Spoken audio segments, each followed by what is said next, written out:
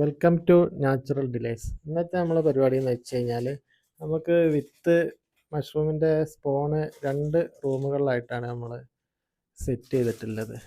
അപ്പം എന്ന് പറഞ്ഞാൽ ഒരു 25 ദിവസം ആയ വിത്തുകൾ വരെയാണ് നമ്മൾ കസ്റ്റമർക്ക് അയച്ചു കൊടുക്കുക. അപ്പോൾ അത് കഴിഞ്ഞിട്ടുള്ള ഡേറ്റ് കഴിഞ്ഞ വിത്തുകളും ഉണ്ടാവും. അപ്പോൾ അങ്ങനത്തെ വിത്തുകൾ നമ്മൾ വേറെ റൂമൊക്കെ സെറ്റ് ചെയ്യും. അത് നമുക്ക് തന്നെ മഷ്റൂം ചെയ്യാൻ വേണ്ടിയിട്ട് വേറെ റൂമിലേക്ക് എടുത്ത് വെക്കും. ആ ഒരു പരിപാടിയാണ് ഇന്ന് നടക്കുന്നത്.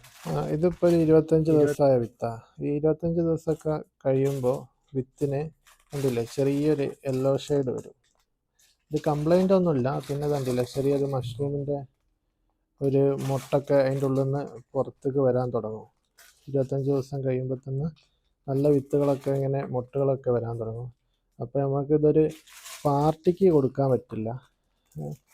അപ്പോൾ നമ്മളത് ജസ്റ്റ് നമുക്ക് തന്നെ കൃഷി ചെയ്യാൻ വേണ്ടിയിട്ട് മാറ്റി വെക്കുകയാണ് ചെയ്യുക. ഇത് കൃഷി ചെയ്യുന്നതുകൊണ്ട് കുഴപ്പമൊന്നുമില്ല, വിളവുകളൊന്നും കുറയൊന്നുമില്ല.